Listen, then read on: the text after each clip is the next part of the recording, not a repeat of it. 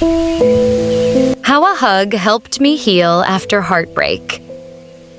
I used to think heartbreak was just a phase. Something you cried over for a few nights, then woke up stronger the next morning. People always said, time heals everything. But no one tells you how slow time moves when your heart refuses to forget. When Adam left, it wasn't a dramatic ending. There were no loud arguments, no slamming doors. It was quiet. Too quiet. Like the silence that follows a song you didn't want to end. He simply said, I think we've become different people. Different people. Those words echoed in my chest for weeks. I wanted to ask, since when? Or, can't we find our way back? But the truth was, even I could feel the distance. The slow fading of laughter, the shorter texts, the colder hugs. After he walked away, everything around me became heavier. My room, once full of our photos and little memories, started to feel like a museum of something lost. I couldn't bring myself to take his pictures down. Each frame was like a fragile piece of what we once were, and I wasn't ready to shatter it. Days turned into weeks. I stopped answering friends' messages. Coffee lost its warmth. Even music felt empty. I remember one night, it was raining, the kind of soft drizzle that makes the world seem half asleep. I sat by the window, wrapped in a blanket, watching the raindrops race each other down the glass. I used to love the rain because Adam loved it. He'd say, rain makes everything clean again. But that night, it only reminded me how much I needed cleansing too. From memories, from hope, from him. My mother noticed my silence. She would knock softly on my door and leave a cup of tea by my desk every evening. She didn't ask questions. Maybe she already knew the answers. Then there was Maya, my best friend since college. She had this way of showing up exactly when I thought I wanted to be alone. One Friday evening, she appeared at my door, holding takeout boxes and her usual energy. Get up, she said. We're not doing this anymore. Doing what? Staring at the walls and pretending it's self-care, she replied, her tone both teasing and concerned. I wanted to smile. And maybe I did. Just a little. That night, we watched old movies and talked about everything except Adam. She made me laugh. Genuinely laugh for the first time in weeks. It felt strange, like remembering a song I used to know by heart. Still, when she left, the silence returned. It always did. But something had shifted. That laughter had cracked the wall I had built around myself. Just a little. Enough for some light to slip in.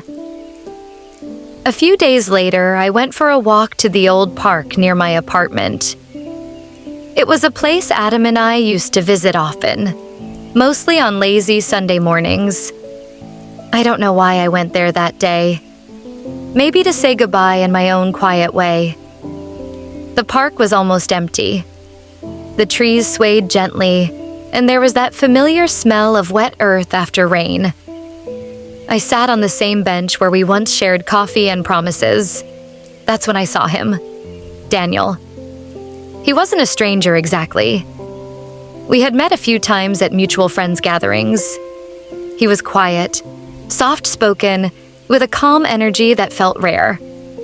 He recognized me instantly, though I tried to pretend I didn't. Hey, he said, walking over. It's been a while. I forced a polite smile. Yeah, a long while. He sat down beside me, leaving a respectful distance. There was no awkwardness, just an easy silence between two people who didn't need to fill it. You look tired, he said after a moment. His voice was gentle, not prying. I've had better days, I admitted. He nodded. Heartbreak? I looked at him, surprised. You don't have to answer," he added quickly, smiling faintly. "It's just, I've seen that look before." I let out a shaky breath. "It's that obvious, huh?" "Only to those who've been there." Something in his tone made me pause. There was understanding in his eyes. Not pity, not curiosity, but understanding. We talked a little about random things, the weather, work, how time had flown since we last met. But when I left the park that day, I realized something strange. For the first time in months, I didn't cry when I got home. It wasn't that the pain had gone. It was just quieter. The days that followed weren't magical. Healing never is. It's messy and uneven and sometimes feels like walking through fog. But slowly, I began to let life back in. I started journaling. Small thoughts, nothing poetic. Just truths. Today I went outside. Today I didn't think of him until noon.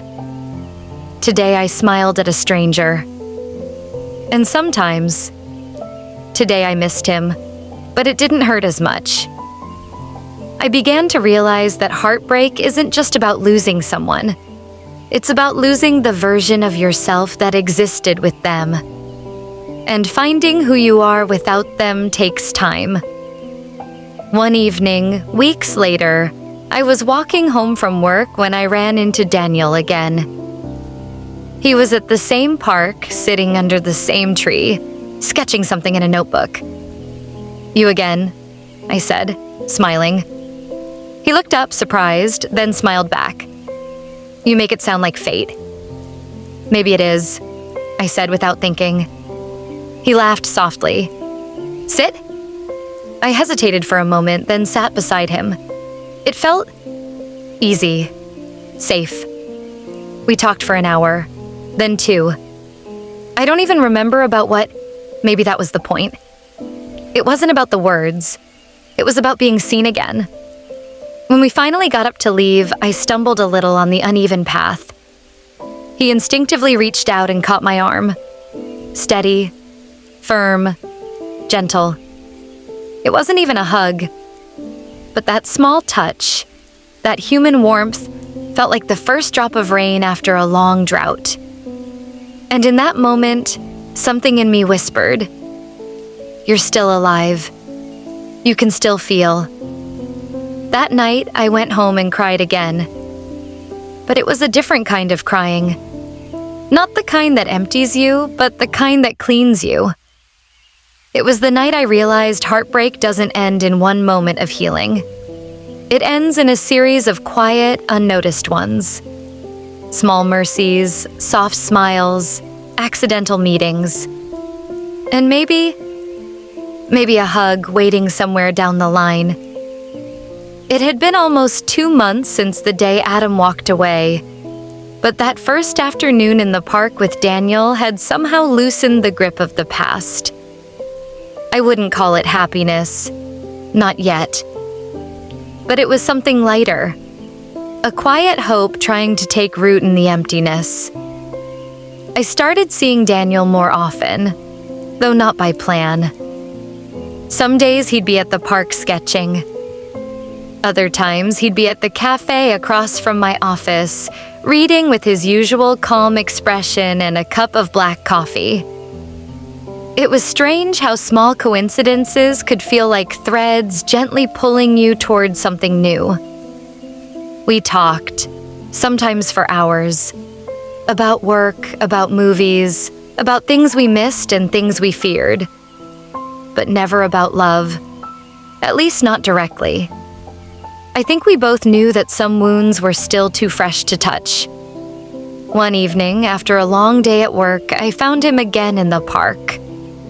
The air was crisp and the sky looked painted in soft orange and lavender shades. He was sitting cross-legged on the grass, looking at the sunset like it was something sacred. When he saw me, his face lit up in that quiet way of his. Not too much. Just enough to say I'm glad you're here. "Rough day?" he asked, noticing the tiredness in my eyes. "More like a rough week," I sighed. sitting down beside him. Everything feels too heavy lately. Work, life, me. He nodded like he understood every word that didn't need saying. You ever wish you could just stop feeling for a while? I asked suddenly, my voice softer than I meant it to be. He smiled faintly.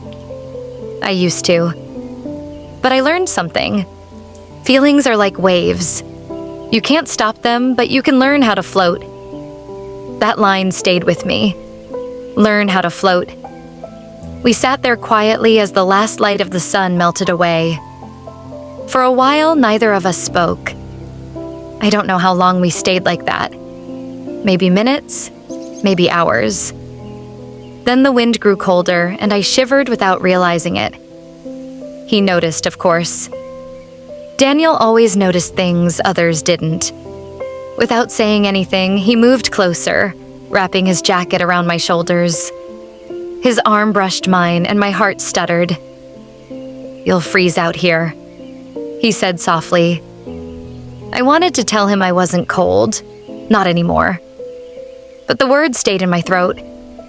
When I finally looked up, he was watching me, eyes warm and sincere. For a second, the world felt impossibly still. And then he did something so simple. He opened his arms. No words, no hesitation. Just a quiet invitation. I don't know what made me step forward. Maybe the loneliness. Maybe the way he looked at me like I was something fragile but worth holding. I just moved toward him, and when his arms came around me, the world broke open. It wasn't a romantic hug, not in the usual sense. It was the kind that says, I see your pain, and I'll hold it with you. For a few seconds, I forgot how to breathe. Every piece of me that had been aching for weeks finally exhaled. I hadn't realized how much I needed that. The safety of human closeness, the unspoken comfort of being held without judgment or expectation. And then, something inside me gave way. I started crying. Quietly at first, then harder, until my shoulders trembled against him. He didn't say anything. He didn't pull away. He just held me tighter, his chin resting gently on the top of my head. It was the kind of silence that heals. When I finally pulled back, embarrassed, I mumbled, I'm sorry. He shook his head. Don't be. Sometimes tears say what words can't. I smiled weakly. I didn't know I needed that until now. I think, he said softly, we all need to be reminded that we're not alone. That night, I walked home feeling something I hadn't felt in months. Peace.